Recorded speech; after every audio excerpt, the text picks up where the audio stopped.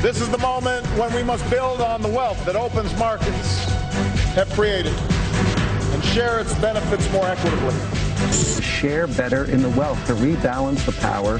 Bring about redistributive change. A degree of redistribution.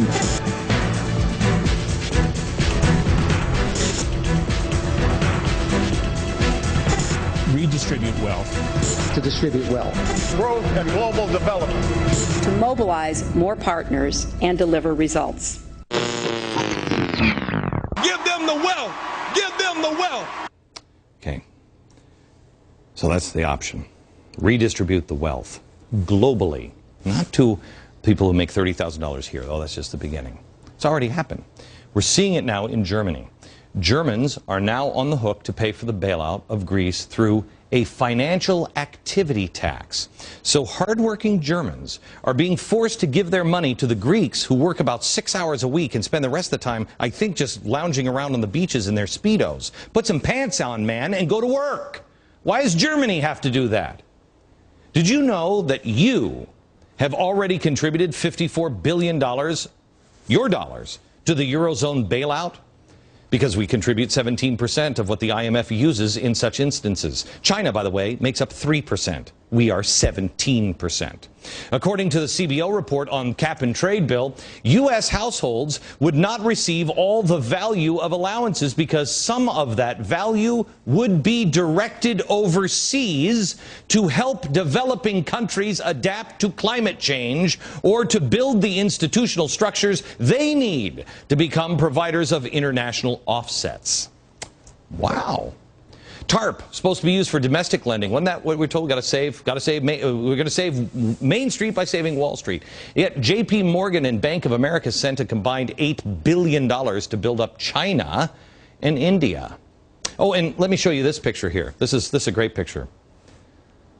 This is Acorn in India, talking about global standards. Acorn. Ask yourself this question, and especially if you're a labor worker, if you're a union member, not a leader. I know where the leaders stand. Just ask yourself this. You've been lied to for so many times. We all have. We've all been lied over and over and over again. Is it more likely, does it make more sense that they're going to bring the American and German standards down? You know, where $30,000 makes you the wealthiest 7% of the planet. Are they going to bring the rest of the world up to that 30,000 or up to that, 70,000, 55,000? Or do you think it's more likely that when we globalize, and they're doing this in Germany now, they're going to tell us you have to accept much, much less? Labor members, ask and answer that question, because you're being promised all kinds of things right now.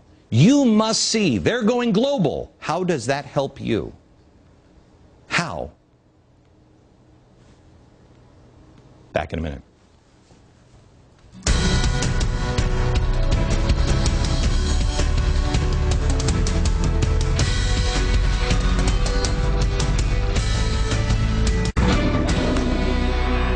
Last night's program, if you TiVoed it and you haven't watched it yet, please do. It's an important show. It's on social justice and how it is infecting our churches. The same thing is happening with immigration. After the passage of the Arizona illegal immigration law, it's not in the churches. Remember, we had Nancy Pelosi talking about one thing. Now we have NBC News. Now we're crossing media and state. They're preparing a cross-network examination of the state of immigration in America for May 26th. It's going to be called A Nation Divided, NBC Nightly News. It'll be a series that will spread all across all of the platforms of NBC. NBC, MSNBC, CNBC, and Telemundo. Really? You know what those networks all have in common? They're all owned by Show Me GE. Okay, it would have been cool if it happened, but we don't have it. GE. The same GE whose CEO, Jeff Immelt, is on Barack Obama's Economic Advisory Board. The same GE that has been bailed out by this administration. The same GE who helps this administration by programming Green Weeks to push climate change. The same GE that we know will be one of the biggest winner if cap and trade is passed. Wow. Are GE's networks now just doing the bidding of the state? Are they the government's broadcast arm? Is NBC America's Pravda? You can decide for yourself. Back in a minute.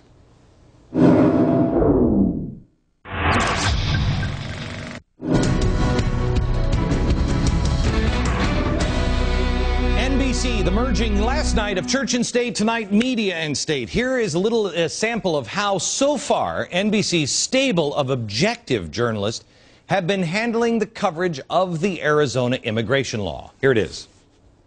It does offend me when 1 out of every 3 citizens in the state of Arizona are Hispanics, and you have now put a target on the back out of 1 of 3 citizens who, if they're walking their dog around a neighborhood, if they're walking their child to school, and they're an American citizen or a legal immigrant, to now put a target on their back and make them think that every time they walk out of their door, they have to prove it. They may have to prove something. I will tell you that is un-American. It is unacceptable, and it is un-American. The people who are here illegally have a pivotal role in making our country work. They do all kinds of jobs that keep our economy going, that keep us fed, our houses cleaned, our gardens tended, and the like. When you're looking at removing those people from the system, it's odd to me that you would get so much support. I mean, nationwide, the polls show more than half of the people think that the Arizona law just about gets it right.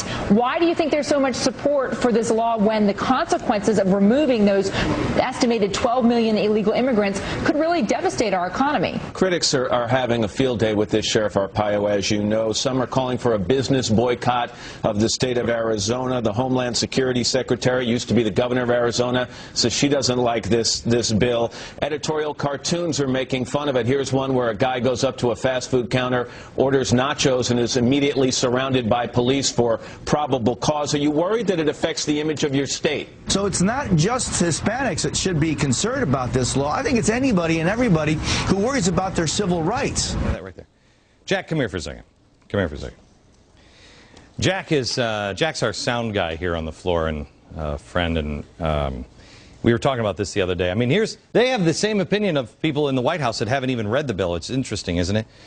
Jack, this is your grandmother? That's my great aunt. This is your great aunt? Mm-hmm. And where's your mom? This is your mom? Your mom was from Jamaica, right? Nassau, Bahamas. Oh, Nassau, Bahamas. Okay. So these are the citizenship papers. And Jack brought them in for me to show because he remembers as a kid, he remembers the pride she took in these papers, that it was a big deal to get them, and the way she kept them.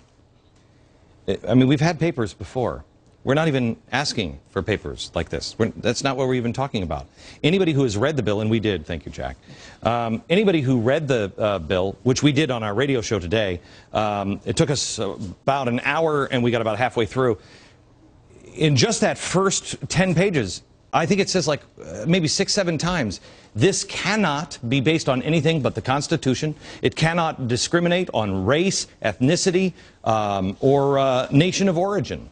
And you have to be stopped for something else. And if the cops don't, the cop goes to jail. Let's talk the truth here.